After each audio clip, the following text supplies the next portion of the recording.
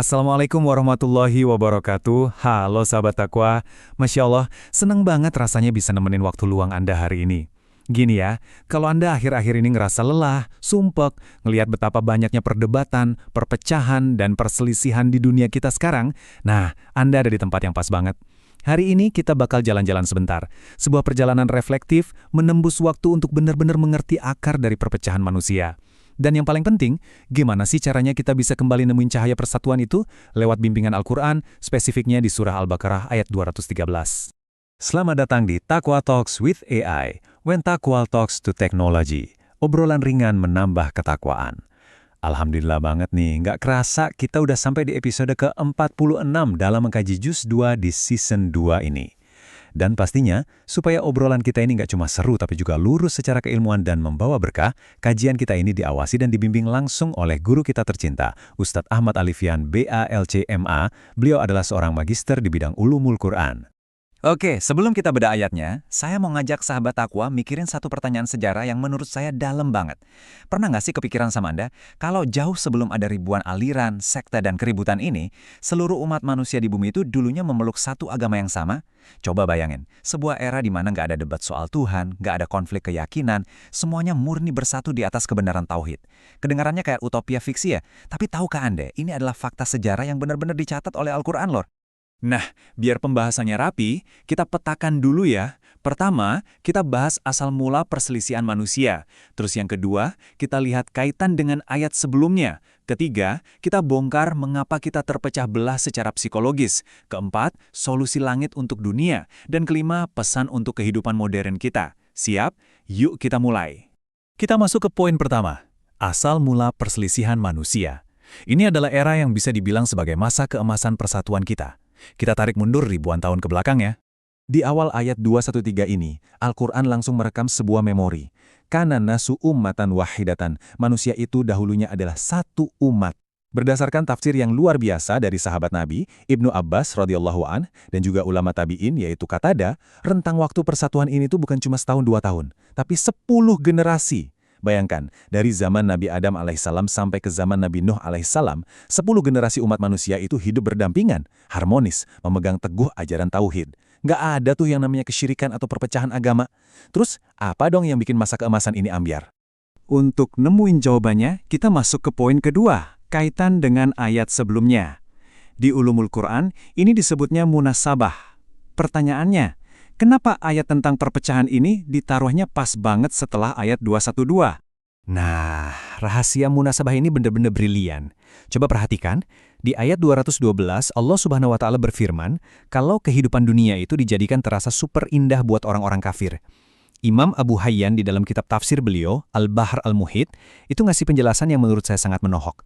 Beliau bilang, akar dari segala perselisihan agama, bahkan sejak awal peradaban, itu sebenarnya satu. Cinta dunia, obsesi ke harta, jabatan, gengsi, pamer, itulah yang bikin orang mulai ribut, rebutan kekuasaan, sampai akhirnya membelokkan ajaran agama demi kepentingan pribadi.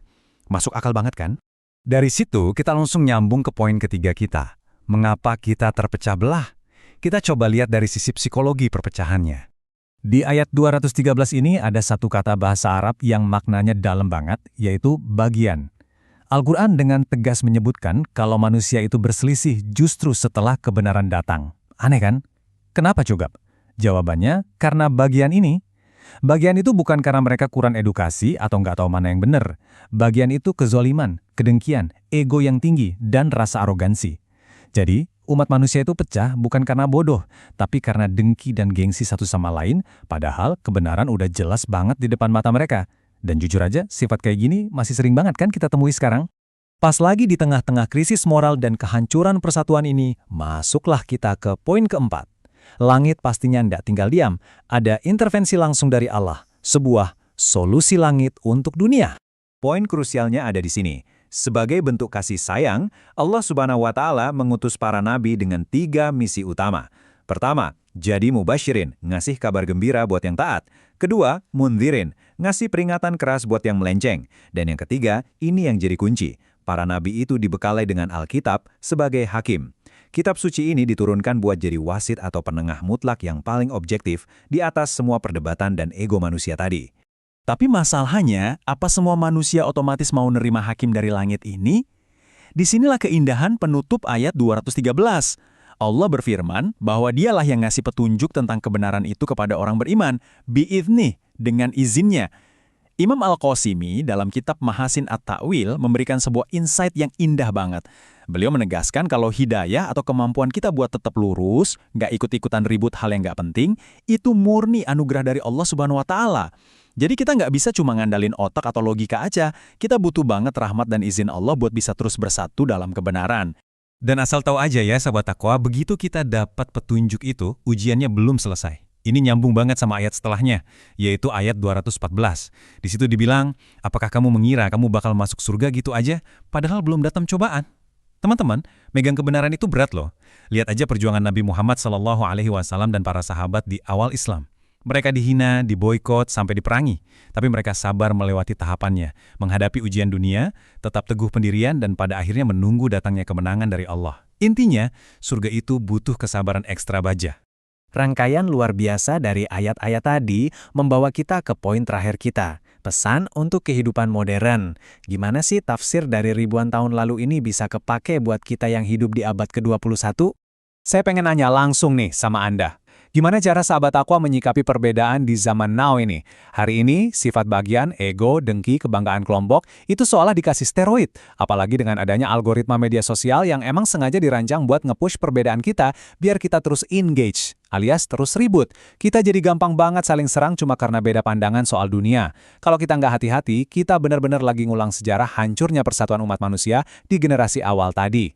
Makanya, hal yang paling krusial buat kita pegang sekarang adalah di tengah berisiknya dunia, di tengah panasnya kolom komentar, Al-Quran itu harus selalu jadi kompas dan hakim objektif kita.